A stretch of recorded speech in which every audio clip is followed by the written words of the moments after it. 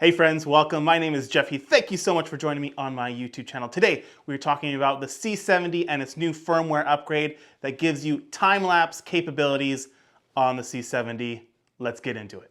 All right, so if you haven't upgraded your C70 yet, I highly recommend you should. There's lots of videos out there on how to upgrade your C70 to the newest firmware, which comes with raw light for Canon, as well as a couple extra little tricks and goodies on there, including time-lapse capability for the C70. Typically, if you've ever had to do a time-lapse, you've had to use your DSLR or mirrorless camera with an intervalometer or a built-in intervalometer inside of the camera. But now the C70, a video camera, comes with the ability to time-lapse. So I just want to show you a few examples of what the time-lapse looks like with the C70.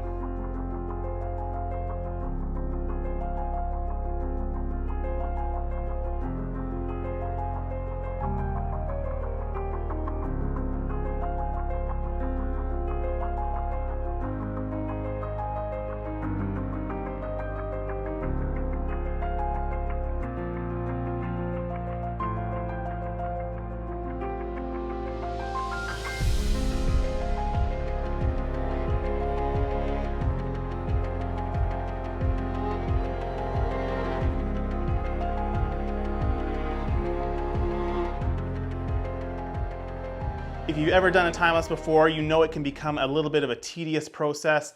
You're having to have an intervalometer, you're having to set different timings and different things. Then you have to bring it into a post-processing program, such as Photoshop or QuickTime, in order to process all of those images that you took.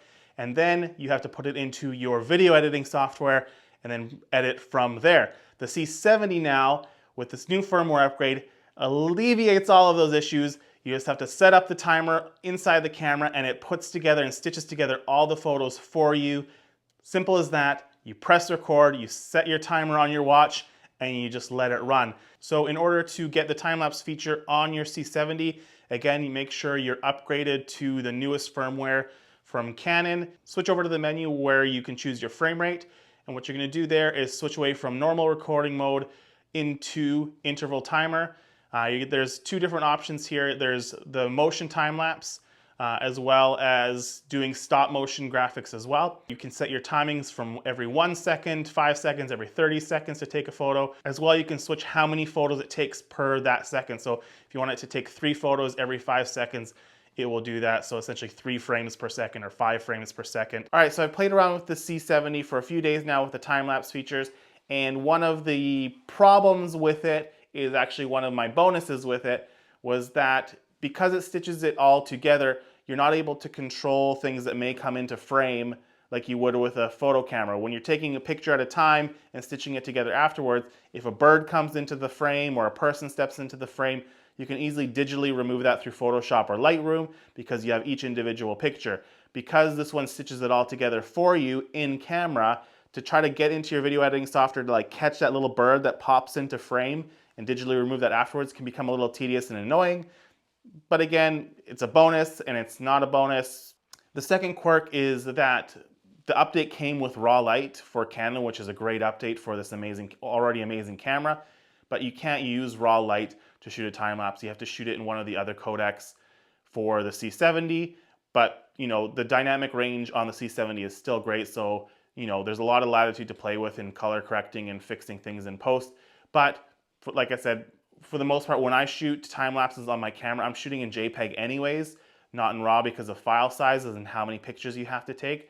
So I'm already used to kind of like locking in my image. So just again, be sure that you're kind of really happy with your exposure. Use your zebras, use your histogram, use whatever you're going to use to make sure your exposure is where you want it to be, just so when it's all stitched together inside the camera, you're happy with the end result. The final one is the biggest thing for me.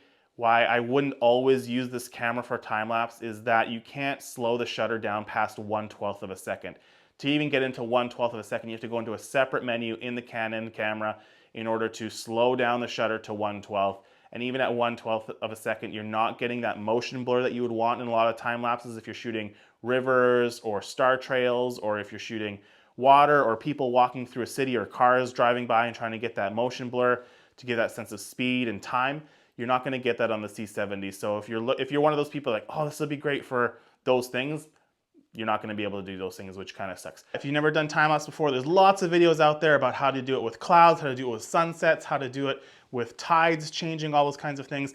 But the neat thing about this is now with the C70, I don't have to bring an extra camera if I don't want to do a time-lapse. I can do it right with my C70. Or alternatively, I have now an extra camera that can run 2 time-lapses at once if I want. As well, I can use my DSLR to run a time-lapse and have this on video. This just opens up a whole lot of options for me in regards to running time-lapses. I love this new update that Canon has done for the C70. It is by far my favorite camera that I've ever owned, and with each update and each new thing I learn about it, just makes it better and better and better. If you haven't yet subscribed to my channel, I would love if you do that. Hit that like button and the notification bell to know when a new video drops. Thanks so much for watching. Chat later.